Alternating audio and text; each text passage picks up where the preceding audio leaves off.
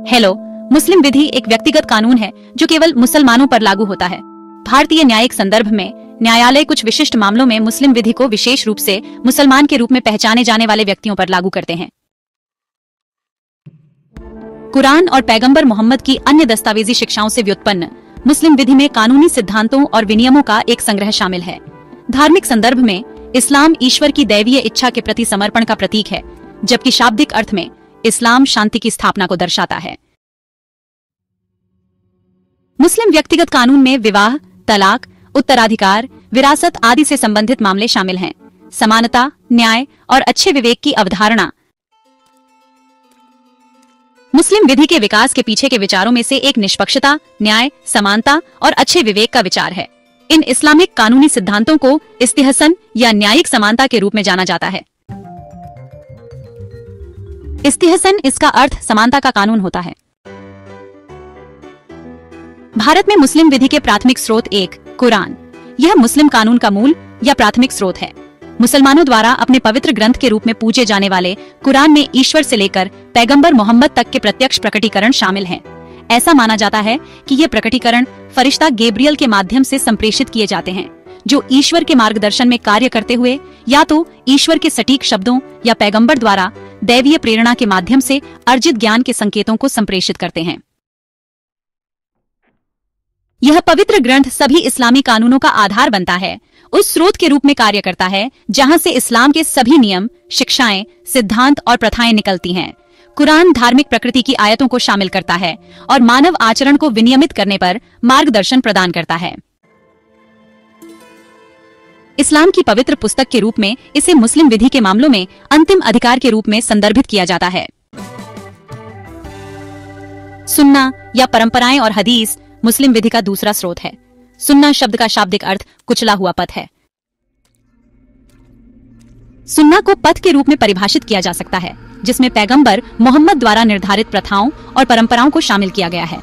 ऐसा कहा जाता है कि जहां कुरान में स्पष्ट मार्गदर्शन का अभाव होता है, वहां पैगंबर के कार्य और कथन आधिकारिक स्रोत के रूप में काम करते हैं।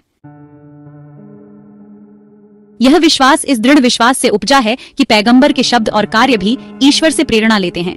पैगंबर द्वारा स्थापित मिसालें हदीस के रूप में जानी जाती हैं और सुन्ना से उनकी कानूनी कटौती होती है। प्रकटीकरण दो रूपों में आते हैं: प्रकट, जाहिर और आंतरिक, बातिन। फरिश्ता गैब्रियल, आर्केंजल गैब्रियल के माध्यम से व्यक्त किए गए प्रत्यक्ष प्रकटीकरण अल्लाह के वास्तविक शब्दों का गठन करते हैं और कुरान में शामिल किए गए हैं। दूसरी ओर आंतरिक प्रकटीकरण में पैगंबर के शब्द शामिल हैं, जो गैब्रियल के माध्यम से प्रसारित नहीं हुए थे, बल्कि अल्लाह ने पैगंबर द्वारा व्यक्त विचारों को प्रेरित किया। ये आंतरिक प्रकटीकरण सुन्ना का एक हिस्सा है। यह ध्यान रखना महत्वपूर्ण है कि परंपराएं कुरान से भिन्न हैं, क्योंकि कुरान में ईश्वर के प्रत्यक्ष शब्द शामिल हैं, जबकि सुन्ना पैगंबर की भाषा में व्यक्त किया गया है। सुन्ना या परंपराओं में शामिल हैं सुन्नत उल क्वाल यानी पैगंबर द्वारा कहे गए शब्द, सुन्नत उल फेल जो पैगंबर का आचरण है, और सुन्नत उल तहरीर जो पैगंबर द्वारा मौन रहकर स्वीकृत की गई चीजें हैं।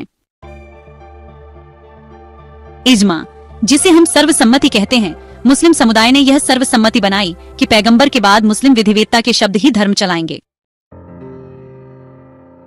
अतः कुरान, सुन्ना और हदीस की व्याख्या मुज्तहिद यानी इस्लाम के ज्ञान वाले विधिवेत्ता द्वारा की जाएगी।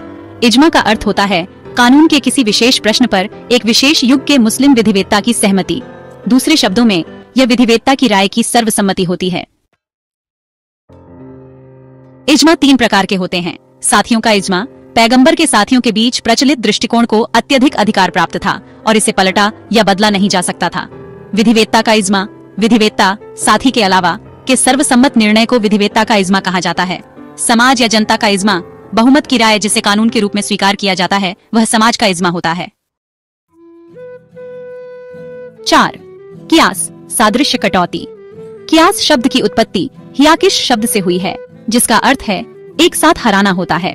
इसका अर्थ माप, सहमति और समानता भी होता है। इसका उपयोग समान सामग्रियों के संग्रह के मध्य सादृश्य स्थापित करने के लिए किया गया था। ऐसी स्थितियों में जहां कुरान, सुन्ना या इज्मा कुछ मामलों को स्पष्ट रूप से संबोधित नहीं करते हैं, वहां कानूनी सिद्धांतों में सादृश्य लागू करके कियास प्रक्रिया से प्राप्त किया जा सकता है। यह विधि नए कानून के बजाय मौजूदा कानूनी प्रावधान से निष्कर्ष निकालने में विश्वास रखती है। इसका उद्देश्य पूरी तरह से नए कानून स्थापित करना नहीं है। अन्य कानूनी स्रोतों की तुलना में कियास समग्र कानूनी ढांचे में अपेक्षाकृत कम महत्व रखता है। इसका उपयोग समान सामग्रियों के संग्रह के मध्य सादृश्य स्थापित करने के लिए किया गया था।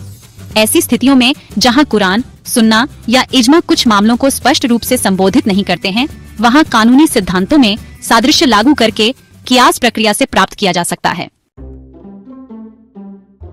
यह विधि नए कानून के बजाय मौजूदा कानूनी प्रावधान से निष्कर्ष निकालने में विश्वास रखती है। इसका उद्देश्य पूरी तरह से नए कानून स्थापित करना नहीं है। अन्य कानूनी स्रोतों की तुलना में कियास समग्र कानूनी ढांचे में अपेक्षाकृत कम महत्व रखता है।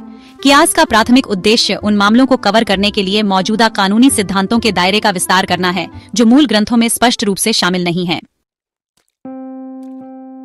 भारत में मुस्लिम विधि के माध्यमिक स्रोत एक विधान का महत्व इस तथ्य में देखा जा सकता है कि एक ओर यह संसद के माध्यम से नियम और प्रक्रियाएं स्थापित करता है, वहीं दूसरी ओर इसके पास राज्य स्तरीय अधिकार होता है। भारत में मुस्लिम विधि असंहिताबद्ध है, लेकिन भारत की संसद ने मुस्लिम समुदाय की सहायता के लिए अनेकों कानून पारित किए हैं। विधान के कुछ हिस्सों को हनबली स्कूल द्वारा निजाम, अध्यादेश, डिक्री, फरमान और दस्तारुल अमल नाम से अनुमोदित किया गया था, लेकिन वे व्यक्तिगत कानून से जुड़े नहीं थे। विवाह, उत्तराधिकार और वंशानुगत के मुद्दे मुस्लिम पर्सनल लॉ शरीयत एप्लीकेशन एक्ट 1937 के तहत नियंत्रित होते हैं। मुस्लिम विवाह विघटन अधिनियम 1939 तलाक से संबंधित कानून को कवर करता है। न्यायिक निर्णय, पूर्व निर्णय। पूर्व न्यायिक निर्णय वे मामले होते हैं जिनका निर्णय न्यायालयों द्वारा पहले ही किया जा चुका है, जो न्यायाधीशों को आने वाले संबंधित मामलों पर अपने निर्णय लागू करने में सहायता करते हैं। पूर्व न्यायिक इस तथ्य को संदर्भित करता है कि निचली न्यायालय पिछले निर्णयों में उच्च न्यायालयों द्वारा स्थापित प्रक्रियात्मक नियमों का पालन करने के लिए बाध्य हैं।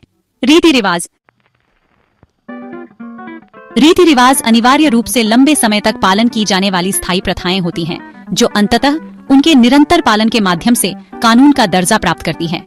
किसी रीति रिवाज को कानून में विकसित करने के लिए यह उचित होने के साथ मनमानेपन से रहित होना चाहिए। मुस्लिम विधि के भीतर विविध रीति रिवाज व्यक्तियों के व्यवहार को नियंत्रित करते हैं। अतीत में औपचारिक इस्लामी विधि संहिता के अभाव में पैगंबर और उनके अनुयायियों को कुछ मुद्दों के समाधान के लिए सम्मेलनों का सहारा लेना पड़ता था। मुस्लिम विधिवेत्ता किसी प्रथा को वैध मानने के लिए 4 मानदंड निर्धारित करते हैं। नियमित पुनरावृत्ति, रीति रिवाज की लगातार और स्पष्ट रूप से पुनरावृत्ति होते रहनी चाहिए। सार्वभौमिक उपयुक्तता, यह सभी पर लागू होना चाहिए और इसमें तर्कसंगतता होनी चाहिए। इस्लामी ग्रंथों के साथ अनुकूलता, इसे कुरान या सुन्ना की किसी भी अंतर्निहित शिक्षा का खंडन नहीं करना चाहिए। अस्थायी प्रासंगिकता, उम्र कोई सख्त मानदंड नहीं है। किसी रीति रिवाज को वैध माने जाने के लिए उसका प्राचीन होना आवश्यक नहीं होता है। चांद पटेल बनाम बिस्मिल्लाह बेगम 2008। उच्चतम न्यायालय ने दिए गए कि अगर कोई मुस्लिम व्यक्ति अपनी पहली पत्नी से शादी करते हुए भी अपनी पत्नी की बहन से शादी करता है तो शादी को अनियमित माना जाएगा, गैर कानूनी या शून्य नहीं। न्यायालय ने ऐतिहासिक निर्णय देते हुए चांद पटेल को निर्णय की तिथि से 6 महीने की अवधि के भीतर गुजारा भत्ता और प्रतिवादी की कानूनी फीस का भुगतान करने का निर्देश दिया। शायरा बानो बनाम भारत संघ 2017। उच्चतम न्यायालय ने 22 अगस्त 2017 को सुनाए गए एक सर्वसम्मत निर्णय में कहा कि 3 तलाक की प्रथा संविधान के अनुच्छेद 14 का उल्लंघन है, जिससे 3 तलाक के माध्यम से तलाक की प्रथा का निरसन हुआ। धन्यवाद। प्लीज वीडियो को लाइक, सब्सक्राइब, शेयर और कमेंट करना ना भूलें।